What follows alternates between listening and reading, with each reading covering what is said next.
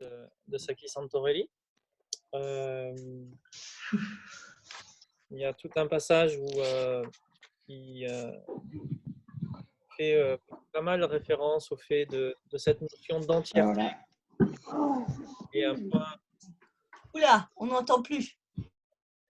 hop, voilà, ça y est, c'est mieux normalement. J'ai mis en muet, vous m'entendez mieux. Donc, dans l'ouvrage, il fait pas mal référence. Il y a deux points qui sont essentiels dans son approche de la méditation, il me semble. Hein. Là aussi, c'est mon interprétation, donc il faut aller voir par soi-même. Je partage juste un peu. Il y a une référence assez constante à la notion d'entièreté. Le fait que vous êtes, chacun d'entre nous, on est au-delà de ce qui est blessé. On est au-delà de ce qui va bien.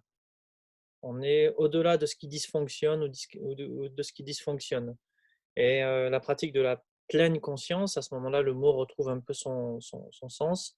C'est vraiment cette notion de se reconnecter à la totalité de son être. Et plus on va développer cette capacité de se connecter à la totalité de son être, plus on va pouvoir avoir de force d'explorer les régions endommagées.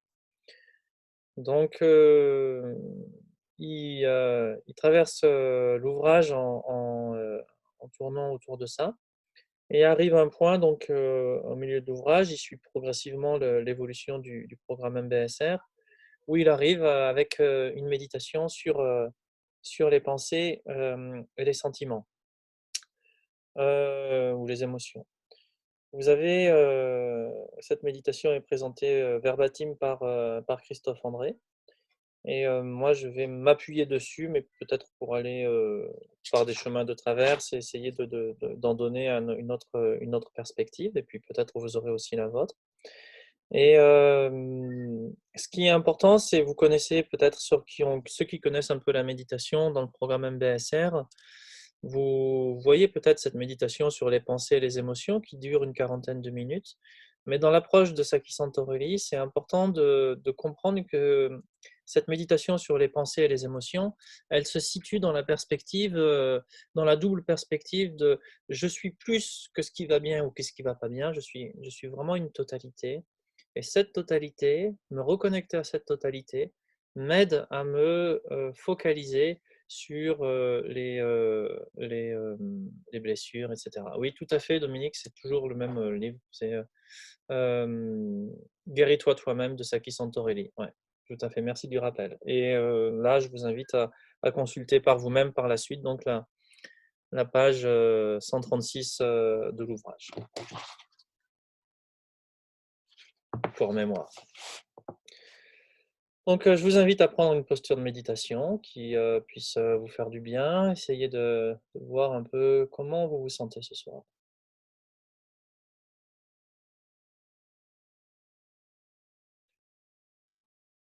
Un rapide balayage du corps.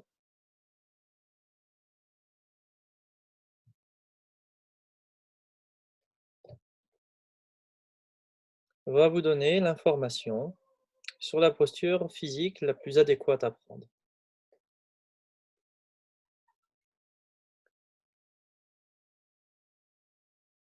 Donc là aussi, si on connaît la méditation et la posture traditionnelle de méditation avec le dos bien droit, les jambes pliées, le menton rentré, tout ça c'est parfait. Mais de prime abord, prenez en compte l'état physique.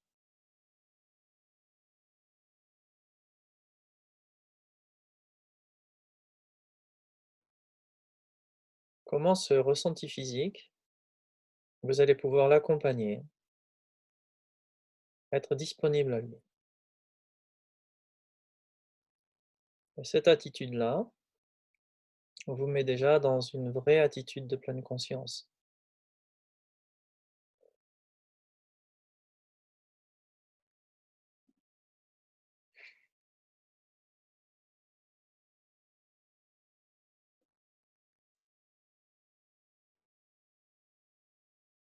Comment vous êtes prêt à vous accueillir physiquement? présence au corps.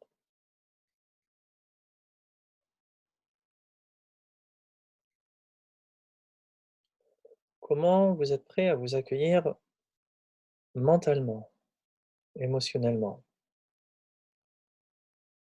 en allant vers le futur, en allant vers le passé, en ressassant, en prévoyant, en analysant mentalement qu'est-ce qui se passe là maintenant, en essayant de comprendre, ou juste en restant là, témoin observatrice, témoin observateur de ce qui est là.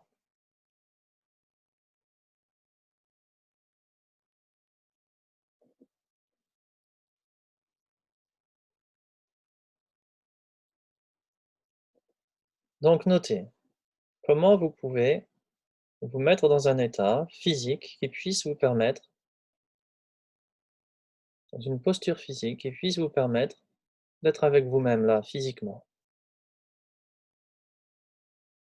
d'accueillir les ressentis, les non ressentis.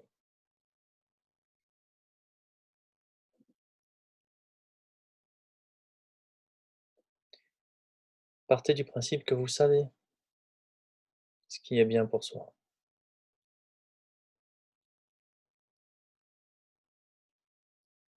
Est-ce qu'il est important que vos yeux aillent vraiment à droite ou à gauche, ou est-ce que vous pouvez juste rester soit les yeux fermés, soit le regard dans le vide pour être plus à l'écoute encore de ce qui se passe dans le corps?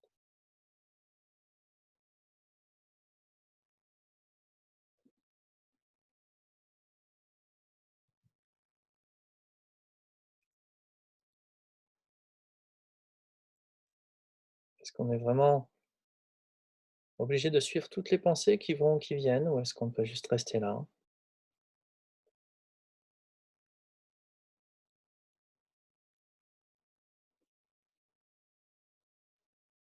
Une fois que vous pensez avoir la posture intérieure et la posture physique la plus adaptée pour simplement être présent,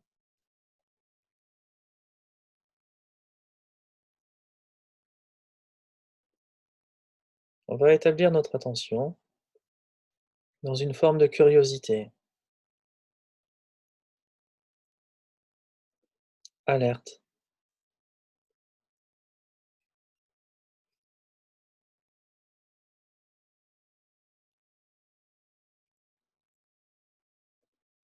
sans condamner d'emblée ce qui va se passer, sans commenter.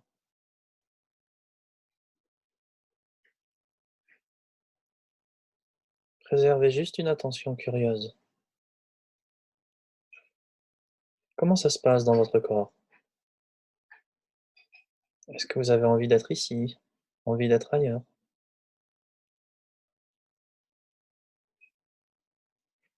Est-ce qu'il y a une impatience dans le corps?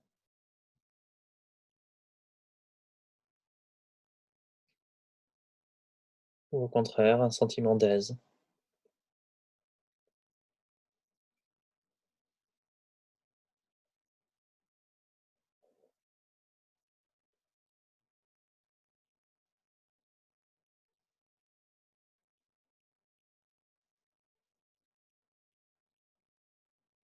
Observez, curieux, ce qui se passe là. Est-ce qu'il y a une forme d'attente dans votre vie en ce moment?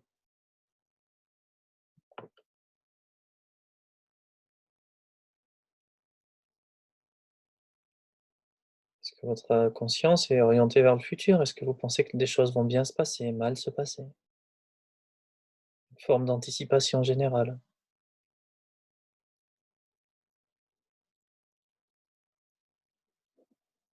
une espérance,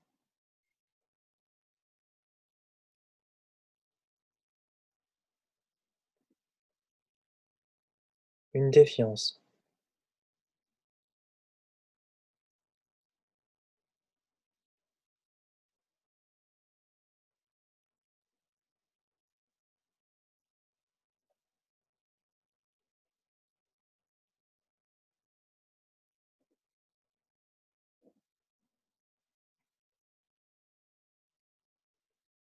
Est-ce qu'il y a une soucieuse vers le passé? Est-ce que vous êtes soucieux, soucieuse de quelque chose qui s'est passé, qui revient?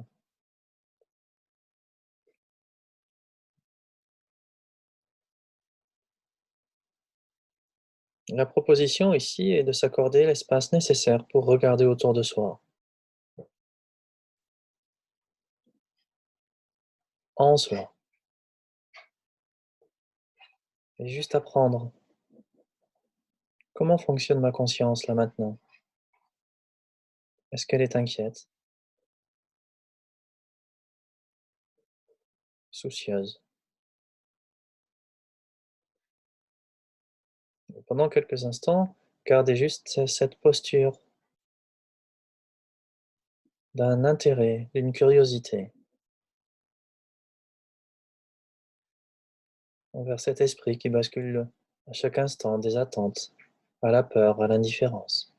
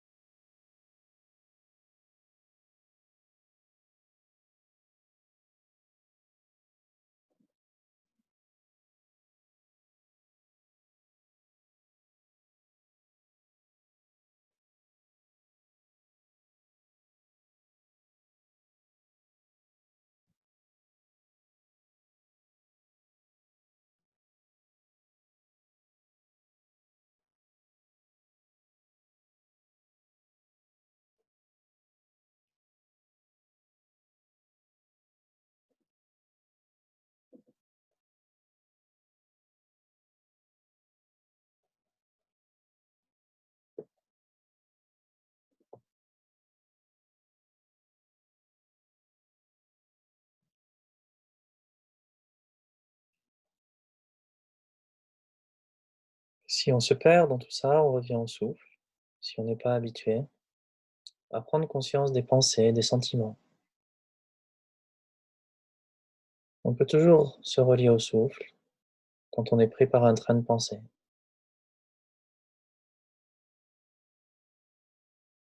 Puis de nouveau, élargir son champ d'attention à ce qui est en train de se passer.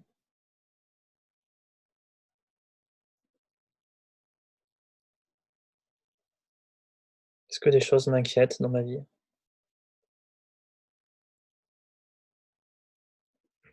Est-ce que des choses me fascinent, suscitent mon espoir?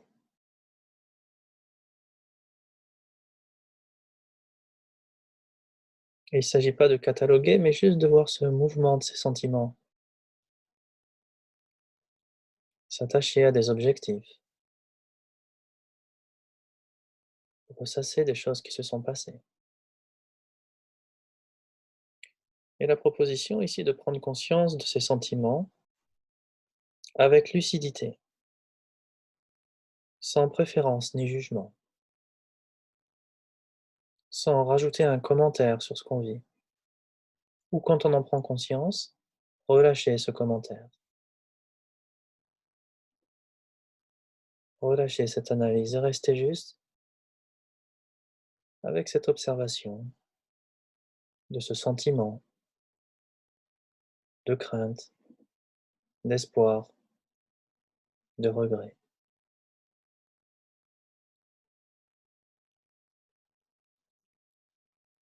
Se mélanger à des images mentales, à un discours intérieur.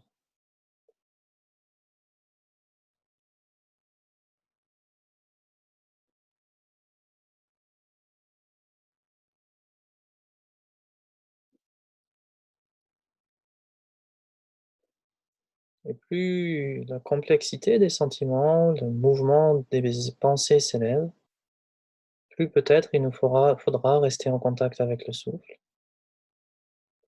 pour ne pas se perdre,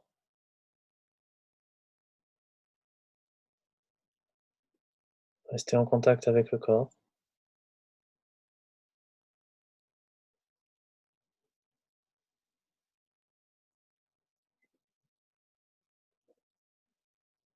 On s'autorise à être dans l'anxiété,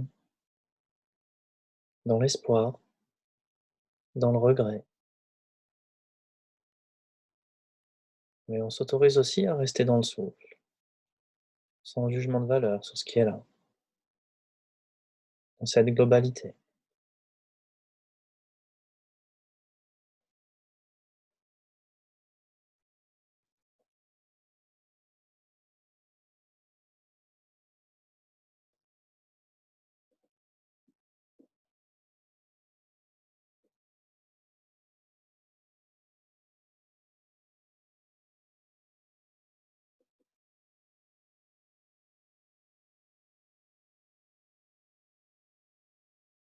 On respire avec nos sentiments, avec nos peurs, avec nos espoirs.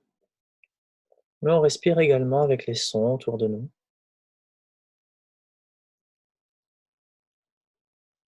On respire avec nos jugements, sans s'y attacher, sans les rejeter. Ils font partie du décor. On autorise juste ses pensées, ses jugements, à partir quand on en prend conscience ou à rester lucide, mais sans saisie,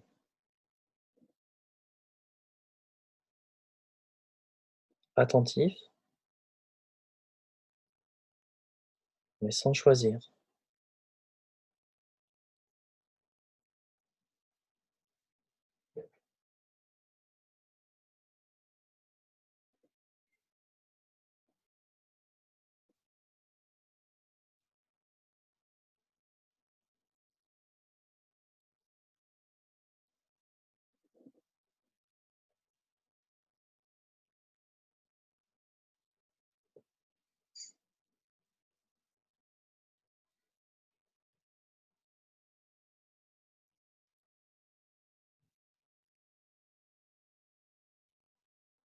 La proposition ici est d'effleurer, de juste contacter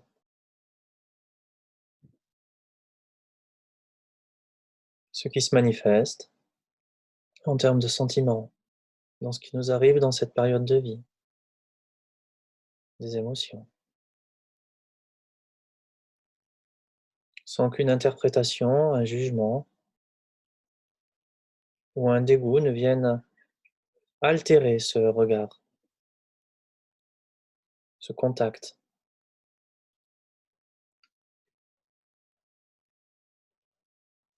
Laisser passer, laisser venir, sans distraction,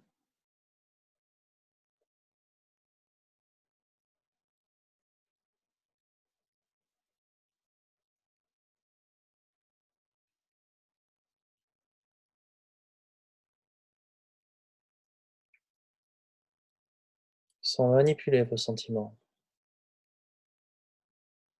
Juste observer comment ils résonnent dans votre corps, là maintenant.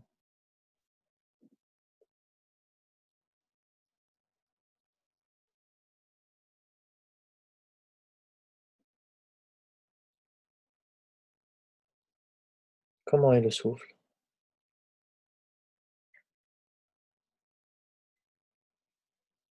au contact des peines, des joies.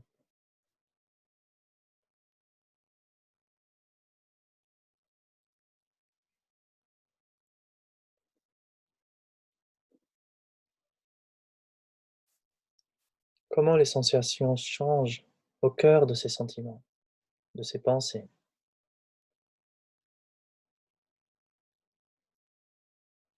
de ces émotions.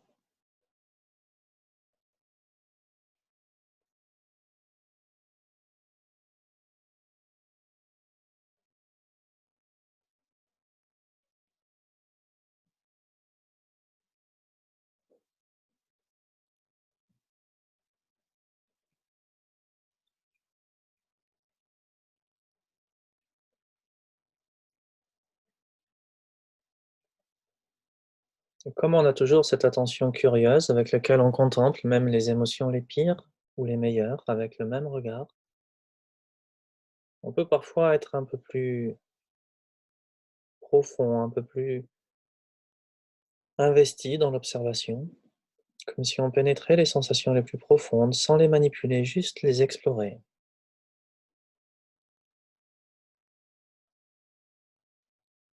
Là où ça pleure, là où ça rit, là où il y a rien,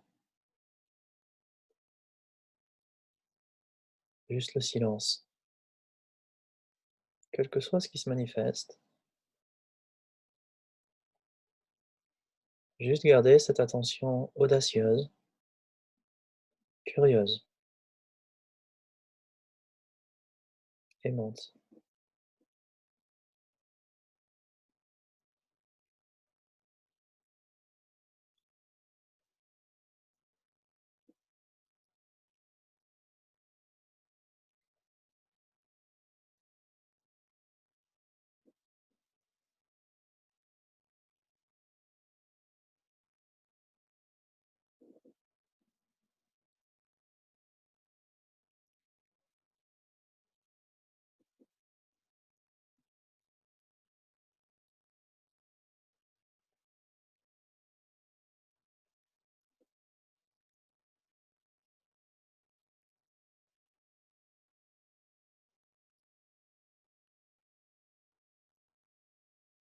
Ce regard du chercheur peut être aussi un regard complètement panoramique, ouvert, où on prend conscience juste des pensées comme des phénomènes qui vont, qui viennent. Prendre conscience du moment de l'apparition des pensées, si des pensées s'élèvent.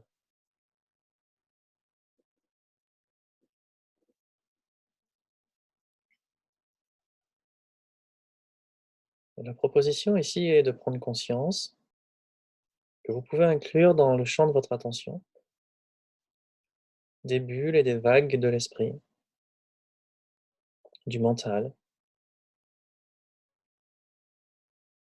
Tout est accueilli dans l'enveloppe paisible du souffle,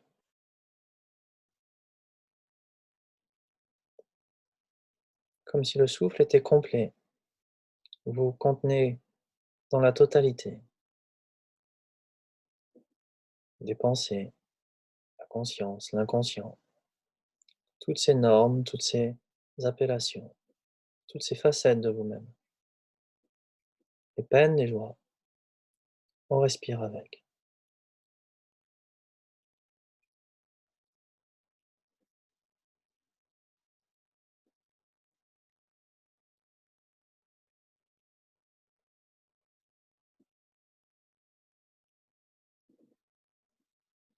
Dans cette conscience du souffle, ouverte, on peut même inclure les sons, les bruits.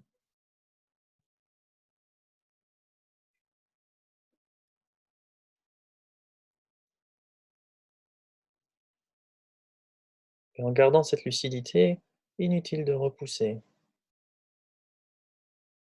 de s'accrocher, juste être clair dans ses perceptions.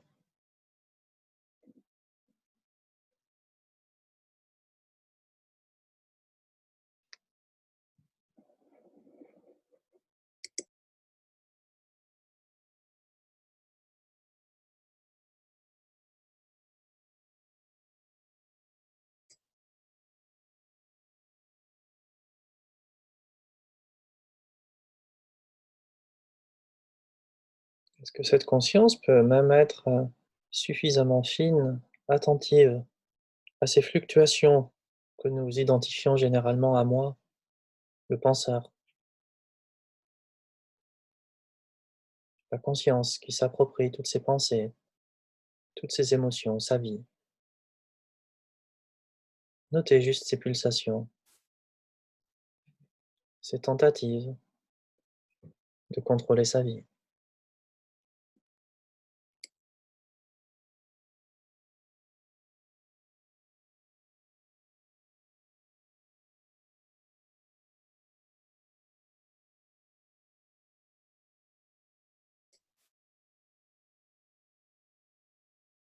On reste quelques instants dans l'espace ouvert de l'esprit,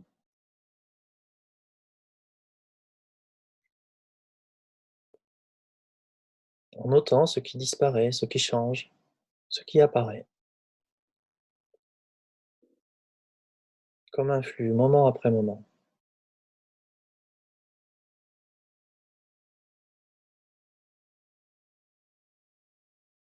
Une pulsation, dont vous, l'observatrice, l'observateur, êtes partie prenante, dans le souffle.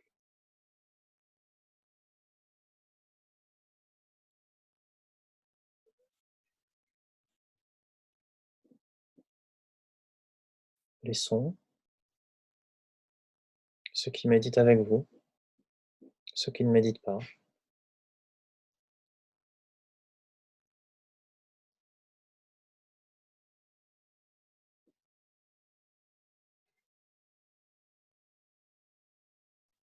Restez quelques instants encore dans cette conscience ouverte,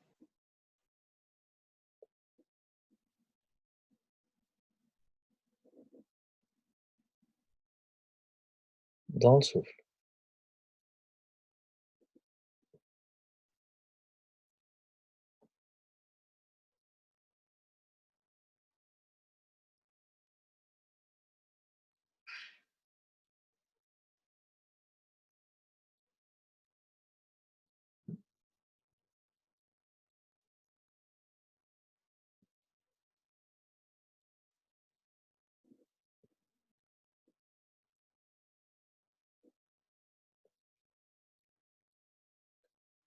Progressivement, cette conscience ouverte, on va la recentrer sur notre corps.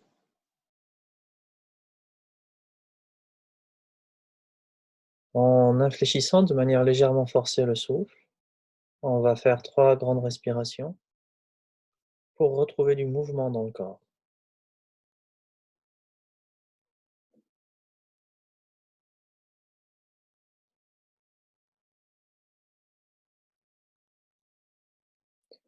Et avant de sortir de cette pratique, posez, une réflexion. Qu'est-ce qui est important pour moi dans les heures qui viennent? De prendre soin, de cultiver, que ce soit en moi ou autour de moi, peu importe. Qu'est-ce qui est vraiment important? De quoi j'ai besoin pour, prendre soin de ce qui est important pour moi?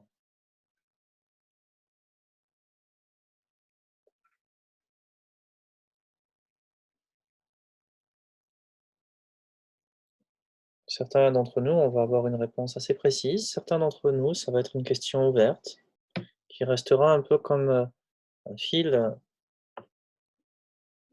dans nos actions. Qu'est-ce qui est essentiel pour moi dans les heures qui viennent?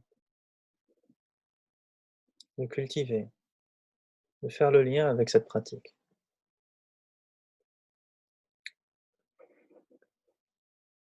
Je vous remercie. On va progressivement reprendre le mouvement en vous massant, en vous donnant quelques instants pour, vous étirer.